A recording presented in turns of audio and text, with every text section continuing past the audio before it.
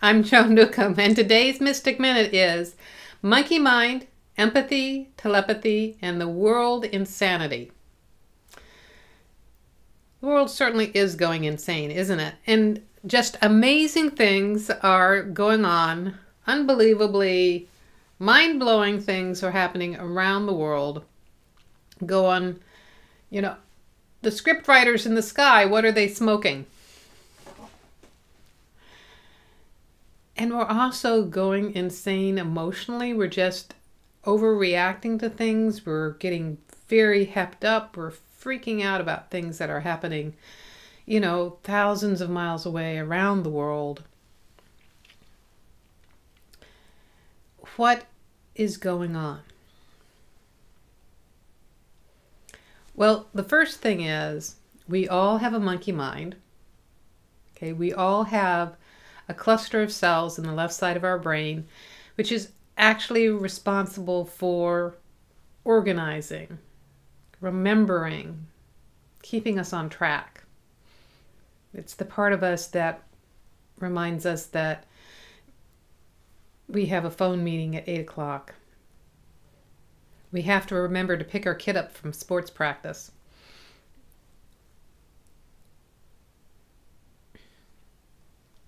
It also holds early programming that kept us safe. Hold your mom's hand before you cross the street. Don't take too many risks or you'll hurt yourself.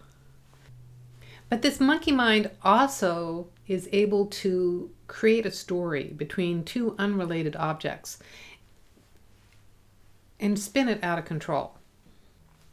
I also firmly believe that whether it's our monkey mind or those cells in the left side of our brain, that our brain has the ability to record all the ambient conversations and ambient noise that we have in our lives and play it back to us.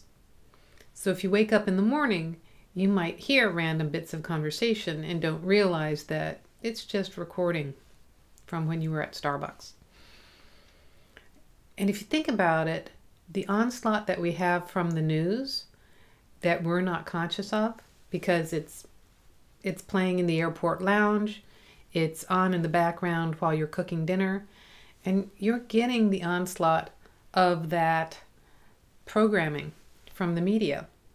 And the media is an entertainment industry, so it's not just informing, it's entertaining, and so it's going for the most dramatic, not necessarily the most educated or informative.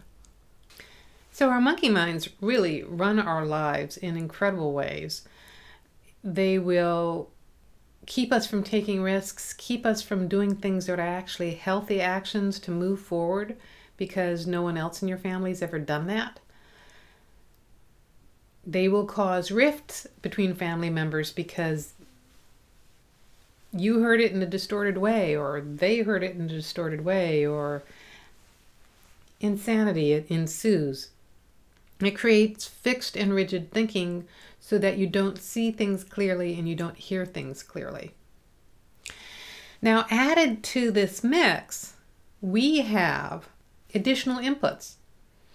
We not only have the news going on, but we have Twitter, Instagram, Facebook, other social media that is constantly inputting us with information from all around the globe.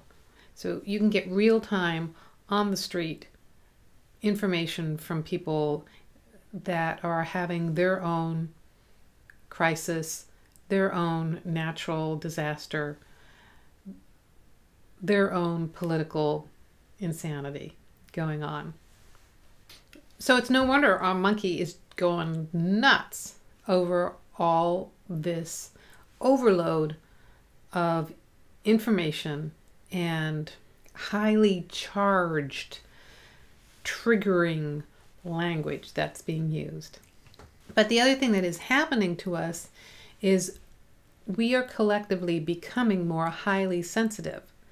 We are collectively being able to feel other people's feelings and pick up on other people's thoughts. It's more noticeable when you're in the same room with people. You can pick up what they're feeling and what they're thinking, and not realize that it's not yours, it's your partner's, your kids, your neighbors. So what happens is you're working through your own stuff, but you're working through everybody else's stuff as well.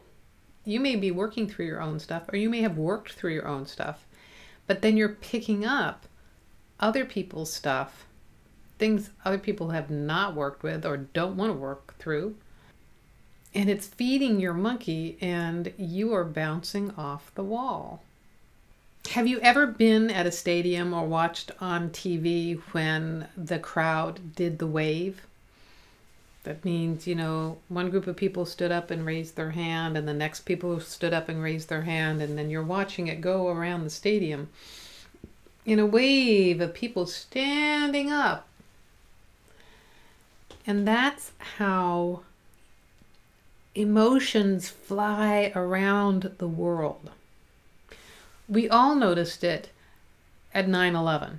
We all felt riveted by this act of terror, which actually on a numeric level was not a lot of people compared to the terrorist acts that have been happening in the Middle East and in Asia, Africa. But it was on TV. It was the United States. We're not used to that kind of stuff. Really impactful and really resonated around the world. Another time I really noticed it was in Haiti. And that was really interesting because Haiti is a small island, but it opened the hearts of everyone around the world to help them, which is what I believe the main lesson of any tragedy, natural disaster, or man-made disaster is designed is to bring us all together, is to open our hearts and have us respond more deeply. Where it's not useful is when we're losing our shit over things that are happening in the UK, which aren't even what's really happening, but a distortion of the truth as well. It's pretty much a given that there are people out there operating on old paradigms of power, running countries into the ground, serving their own self-interests rather than their people's. It's also a given that there are places in the world that seem to be operating on medieval senses of value.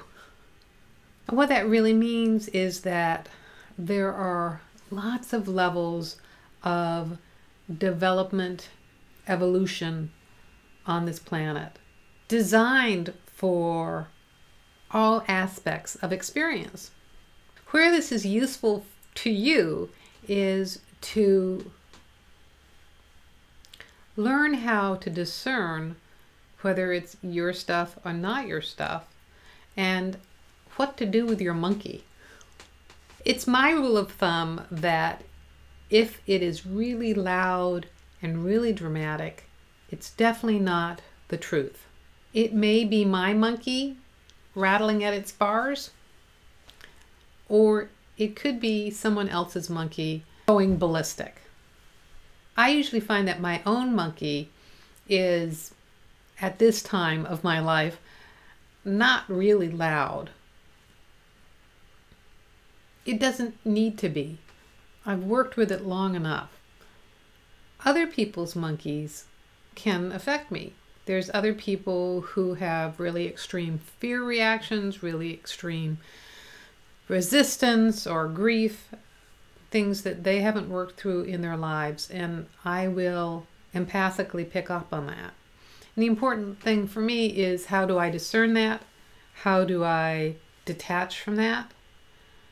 How can I be available to be compassionate to people who are having difficult times and not drown in their sorrows? We can't be of use to anyone if we're in there drowning too. But some of you listening to this might need to take care of your monkey. And realize that monkeys may look cute, but they're not housebroken. If you don't want them flinging shit all through your house, might want to put a diaper on them, Might want to put them outside. They can play on the jungle gym. If you wake up in the morning and just feel the thoughts churning in your head,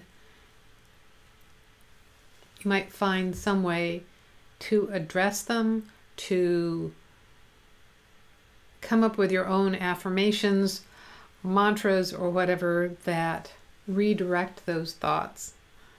I've started laughing at them. I mean, it is hilarious. I will wake up and sometimes it will be going and I'm like, where'd that come from? Oh, let's pick up that topic. And the thing with feelings coming from other places, you may want to come up with your own techniques for detaching, filtering, giving yourself some space and separation from that. It might be as simple as giving yourself a media break for the evening, for the day. At our essence, we are all infinite beings. At our essence, we are all consciousness. And whatever we're dealing with, there are the resources within us and the support around us to get through them. Sometimes it's simply a matter of knowing this and affirming this to allow yourself to be aware of this and receptive to it. If we each learn how to detach from other people's over-emotionalism, just imagine the serenity and inner peace that we each would experience. Imagine the serenity and peace that you would experience if you could just release other people's stuff. Now just imagine what the world would seem like if everybody was acting calm and rational. That is the way to create world peace and harmony. And if you like these videos, you can subscribe to them on YouTube. You can sign up to get them in your inbox. And if you want to know more, my website is joan-newcomb.com. I have a weekly radio show and podcast. I put out these videos a couple times a week. I hold meetups around the Puget Sound in Seattle, Bellevue, Tacoma, University Place, and Olympia.